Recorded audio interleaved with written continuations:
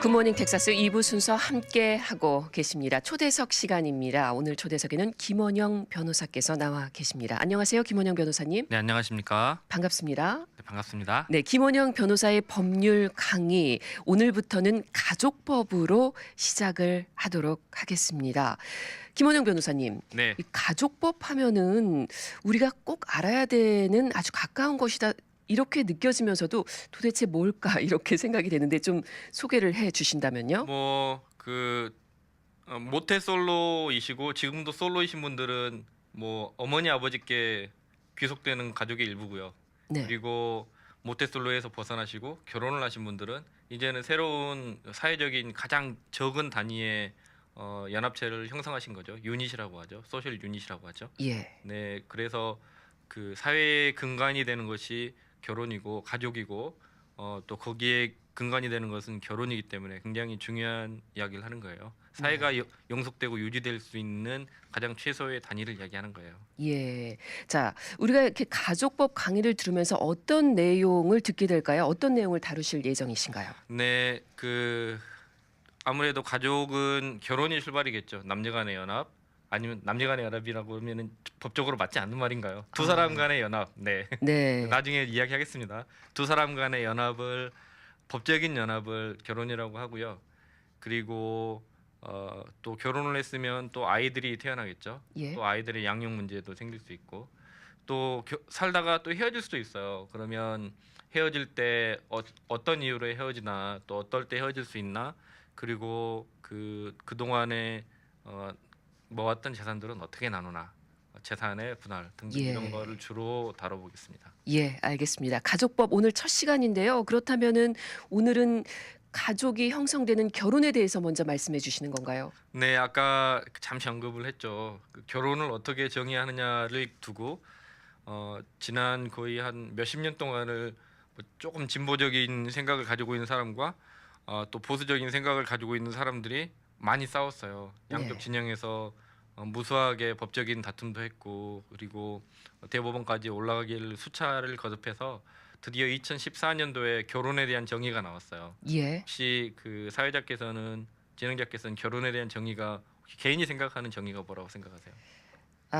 두 사람이 연합이다. 뭐 이미 말씀을 하셨지만 지난 2014년에 그 이슈가 워낙 컸기 때문에 네네. 네. 네, 저는 개인적으로는 남녀간의 연합이 맞다라고 생각을 하는데 저도 변호사고 그다음 이 나라에 살고 있기 때문에 이 나라의 법적인 제도를 따르지 않을 수가 없잖아요. 네. 그래서 오늘은 법적인 걸 이야기를 하니까 법적인 정의를 이렇게 생각을 해보면 2014년도에 미국 대법원에서 결혼에 대한 정의를 내렸어요. 예. 그래서 어떻게 이분들이 결혼에 대한 정의를 내렸냐면 결혼은 사랑을 형성화한 것이고 사랑은 세임 섹스 매리지든 아니면은 남녀간의 결합이든 이거는 동일하다라고 하는 결론을 내렸어요. 예. 그래서 결혼은 남녀간의 연합이다. 남녀간의 연합만 결혼이 아니고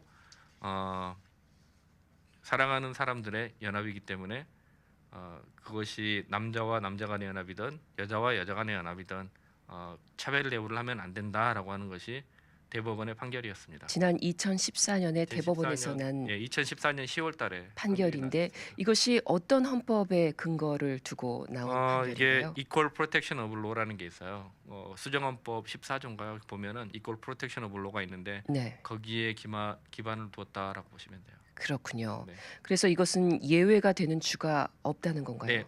전체 50개 주에서 똑같이 적용이 된다고 보면 되겠습니다. 예. 결혼의 정의가 두 사람의 연합이다. 이렇게 2014년부터 변경됐다. 그렇게 알아도 되는 건가요? 네. 네.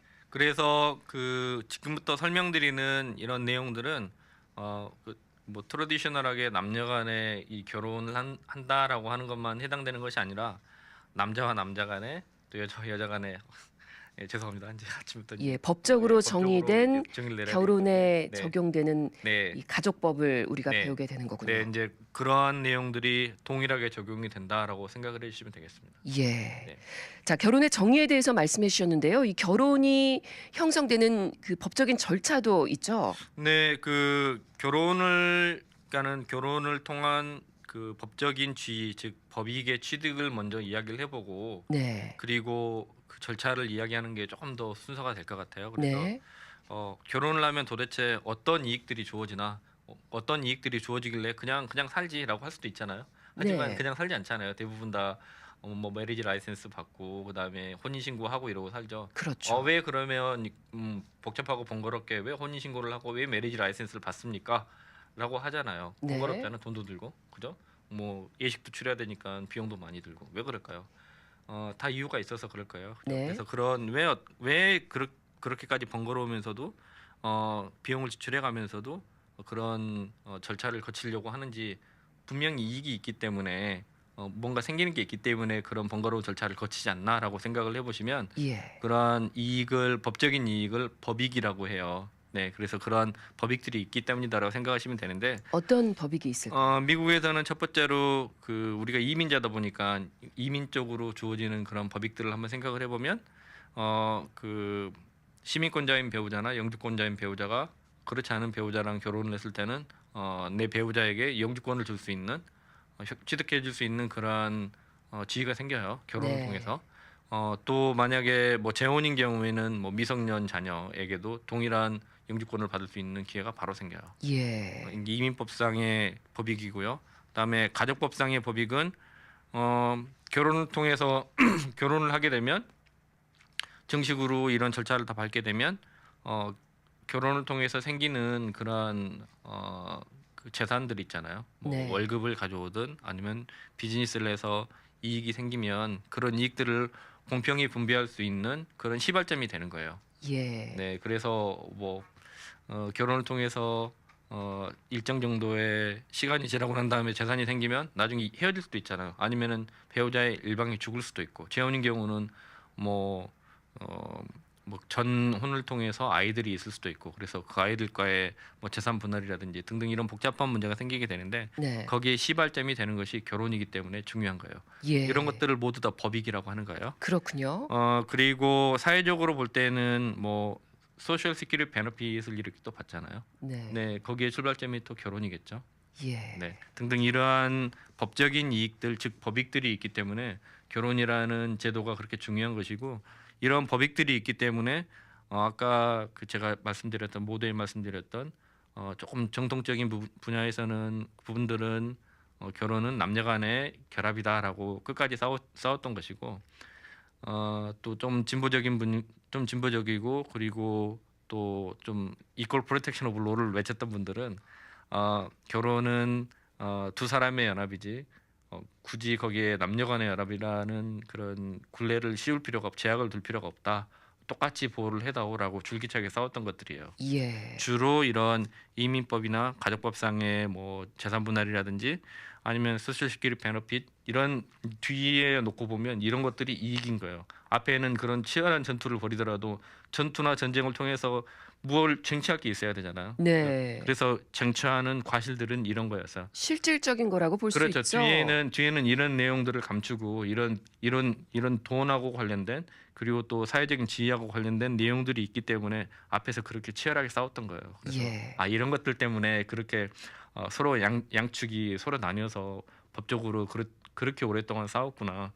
저렇게 데모들을 많이 했구나라고 생각하시면 네. 이 되겠어요. 명분 뒤에 숨은 이런 실리가 그렇죠. 실리가 있었던 겁니다. 분명히 이런 실리가 있는 거예요. 제가 열거한 이것들은 그렇게 많은 이익들을 열거한 게 아니에요. 대표적인 것들만 열거를 했을 뿐이지 이거 외에 더 많은 이익들이 있었는데 그 전에는 이제 동성간에 그 연애를 하게 되면 형사상으로도 처벌을 받을 때가 있었어요. 그런 이번 시대가 있었죠. 텍사스에도 있었고 모든 주에서 거의 대부분 그랬었는데 네. 거기부터 그 서서히 설패를 시작한 거죠. 이제 뭐 동성간에 연애를 하는 게 어떻게 사랑이 죄냐 이제 여기부터 시작을 했겠죠. 사랑하는 것도 죄가 되느냐라고 시작을 해서 형법상의 그 동성 연애를 처벌을 하는 걸 위헌 판결을 받게 됐고 그리고 그 연장선상에서 결국은 결혼도 사랑하는 사람들의 연합이다라고 하는 거기까지 가게 된 거예요. 네. 역사를 아시면 미국 사회가 어떤 거 가지고 치열하게 싸울 때 왜 저렇게 싸우나라고 그냥 너무 싸운다라고만 생각하지 마시고 그 뒤에 숨겨져 있는 그 법익들을 보시면 그렇게 싸울 수밖에 없는 이유가 있구나라고 생각하시면 되겠어요. 예, 그렇습니다. 자, 이러한 법익들이 이 결혼에 대한 법 뒤에 있다는 것을 알았습니다. 네, 흥미진진하죠? 예. 네, 왜 저렇게 싸우나 이제 이해가 되시죠? 그렇기 때문에 그런 또 절차가 법적 절차가 있는 것이고 그 그렇죠. 법적 절차를 밟아야 결혼이 성립이 되는 거네요. 그렇죠. 이렇게 중요한 그 어마어마한 것들이죠. 그 신분이 이제 미국에서 어느 정도 안정되기 전에는 신분이 반드시 필요한데 그런 신분을 취득할 수 있는 권한을 줘준단 말이에요. 네. 어마어마한 거죠. 이게 돈으로 가치가 환산이 안 되는 거죠.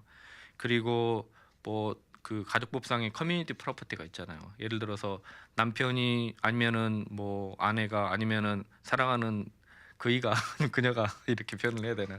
뭐 돈을 잘 벌어요. 그죠? 돈을 잘 버는데 같이 살아요. 같이 사는데 나중에 그 내가 사랑하는 사람이 죽고 난 다음에 뭐 내 돈을 그 내가 만약에 유언장이 없이 죽었을 때 뭐 남은 배우자를 위해서 주고 싶은데 줄 방법이 없어요. 만약에 유언장이 없이 죽어버리면 네. 그 돈이 부모에게 가버리거나 결혼 상태가 그렇죠. 법적 결혼이 그렇죠. 아니라면 법적 결혼이 아니고 갑자기 죽는 경우에는 부모에게 가거나 형제에게 가거나 아니면 상속권자가 없는 경우에는 국가에 귀속이 되는 수밖에 없어요. 예. 어마어마한 사회적으로 국가적으로 보면 어마어마한 돈이 걸린 거죠. 네. 네, 우리야 뭐 얼마 돈 많이 못 버는 사람들이지만 그 유명한 CNN 방송국의 앵커 이런 분도 그 동성 결혼을 하신 분이고 그다음에 뭐 우리가 아는 많은 연예인들이라든지 뭐 돈이 많은 사람들이 커밍아웃 한 사람들이 굉장히 많죠.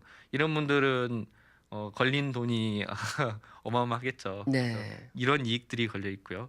그다음에 소셜 시큐리티 베너핏이 있는데 생각을 해보시면 뭐 내가 받을 수 있는 인컴이 X 어마운트고 정부에서 받는 X 어마운트가 다고 그게 단데 그거 가지고 생활을 해야 되는데 내가 죽고 난 다음에 살아남은 배우자가 아무것도 받을 수 있는 게 없다. 이건 너무 잔인하잖아요. 네. 만약에 그분이 일을 할 수 있는 상황이 아니면 죽으라는 말밖에 안 되기 때문에 예. 이런 걸 가지고 벌어지는 전투가 심했어요. 네. 그리고 거기에 덧붙여서 결혼을 그러면 함부로 허락을 해줄 수가 없잖아요. 이렇게 중요한 법익들이 달렸는데 그렇죠. 이거를 쉽게 그냥 아무나 이거 다 결혼이에요라고 할 수가 없잖아요. 네. 그래서 절차를 정해놓은 게 결혼에 관한 절차가 되겠다라고 생각하시면 되겠어요. 예. 자, 결혼에 관한 절차에 대해서 좀 살펴볼까요? 네, 그 결혼을 하려면 반드시 메리지 라이센스를 받아야 돼요. 네. 네, 그게 텍사스 법이에요. 아마 텍사스만 아니라 거의 50개 주가 거의 이러한 법들을 대부분 다 그 동일하게 적용을 하고 있는데요. 메리지 라이센스를 반드시 발급받아야 되고 메리지 라이센스는 참고로 텍사스에서는 카운티 클럭스 오피스에서 받을 수 있도록 돼 있어요. 네. 이곳 방송국이 속한 카운티는 달라스 카운티죠. 그러면은 달라스 카운티는 달라스 카운티 클럭스 오피스로 가시면 돼요. 예, 본인의 주소지가 속한 카운티에 네, 가셔서 이 클락스 오피스에 가셔서 메리지 라이센스를 발급받고자 합니다. 그렇죠. 그렇죠. 예, 뭐 그냥 발급해 주냐요? 다른 어떤 그냥 가면은 다 발급을 해주는 게 아니고요. 네. 증거 서류를 가지고 가야 되겠죠. 어떤 걸 갖고 가요? 일단은 뭐 증빙 서류라고, 그러니까는 증빙 서류보다는 좀 넓게 증거를 가지고 가야 되겠죠.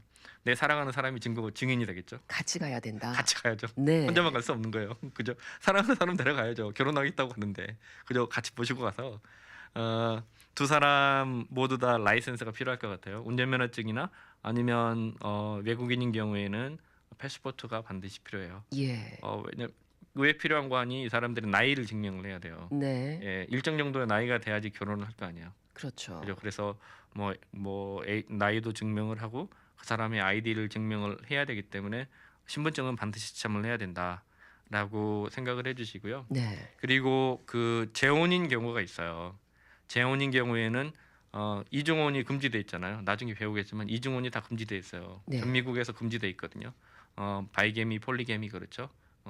그래서 이제 이런 것들을 금지와 방지하기 위해서 만약에 재혼인 경우에는 전혼 관계가 모두 해소되었음을 증명할 수 있는 서류를 가져가야 돼요. 네. 좀 어렵게 이야기를 했는데 전에 결혼을 했으면 이혼 서류나 아니면 한국에서 이혼을 했으면 뭐 혼인관계 증명서류, 뭐 이혼관계 증명서류, 가족관계 증명서류 이런 걸 가져가야 된다. 예. 그것도 번역을 해서라고 생각하시면 알기 쉽겠습니다. 네. 증거 서류를 가지고 두 분이 같이 가셔서 네, 메리지 라이센스를 발급받아야 되는 네, 거예요. 그리고 뭐 그 한 사회에 있는 총각 처녀를 뭐 데려가기 때문에 이제 없어지기 때문에 벌금을 내야 되겠죠. 아, 네, 81분입니다. 비용이 81불입니다. 드는군요. 네. 81불의 네, 비용이 벌금이 듭니다. 81불입니다. 예, 네. 메리지 라이센스를 발급받았다고 결혼이 다 된 건 아니죠? 네, 그렇진 법적으로. 않고요. 예, 그 메리지 라이센스를 그 발급받고 혼인식을 올려야 돼요. 네. 예, 텍사스에서는 액츄얼리 혼인식을 올려야 되는데 발급받고 난 다음에 3일을 기다려야 됩니다. 아, 예, 72시간은 무조건 기다려야 됩니다. 왜 그런 줄 아세요? 왜 그런가요? 너무 체인지 마인드 할 수 있는 시간을 한 번 더 준 거예요. 아, 유예 기간을 두는 거군요. 예, 이게 72시간 그 다시 한번 숙려 시간을 갖고요. 다시 한번 생각해 봐라. 예. 벌금 내기 전에 한번 다시 한번 생각해 봐라. 요게 그 72시간 유예 기간이라고 보시면 돼요. 네, 3일 뒤에 결혼식을 또 반드시 해야 되는 거고요. 네, 네. 결혼식을 3일 이내에 올릴 수가 없어요. 예. 네, 반드시 3일 기다려야 돼요. 그리고 결혼식은 성직자나 즉 목사님이나 아니면 신부님 또 이 유대교면 랍비 뭐 이슬람이면 잘 모르겠습니다 등등 이런 분들이 메리지 라이센스에 반드시 사인을 해주셔야 돼요. 예. 또 상황이 또 힘드신 분들은 뭐 그 종교가 없으신 분들은 판사들의 사인을 반드시 받아야 돼요. 네. 그래서 스몰 클레임스 코트 판사라든지 메리지 라이센스를 신청할 때 카운티 클럭스 오피스에 가보면 어디 판사들이 그 성혼식을 해줄 수 있는지 그 나와 판사들 있죠.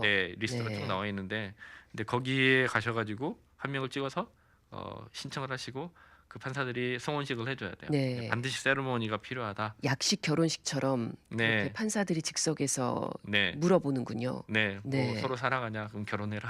뭐 그리고 이제 네. 메리지 사인. 라이센스에 사인을 하면 네, 그 메리지 라이센스를 다시 네, 제출을 제출을 해야 되나요? 등기를 해줘야 돼요. 아, 그러면 레코딩을 해줘야죠. 일단 법적으로는 결혼이 성립이 그렇죠. 되는 거군요. 네, 그렇게 해서 결혼이 된다라고 생각하시면 되겠어요. 네. 자, 오늘 김원영 변호사님 이제 가족법 강의가 시작됐는데요. 결혼의 법적 정의 그리고 결혼에 대한 법익 그리고 결혼의 절차까지 아주 자세하게 말씀을 나눠 주셨습니다. 앞으로 이제 가족법에서 우리가 참 많은 것들을 또 배울 게 있을 것 같아요. 다음 시간부터 더욱 기대를 해 보도록 하겠는데요. 아직 결혼에 대해서도 우리가 배울 것들이 많이 있죠. 네, 한두 개 정도 더 짚어볼 게 있는데 시간이 조금 없는 것 같습니다. 네. 다음 시간에 계속해서 이어지도록 하겠습니다. 오늘 말씀 잘 들었습니다. 네, 감사합니다. 지금까지 김원영 변호사와 함께했습니다.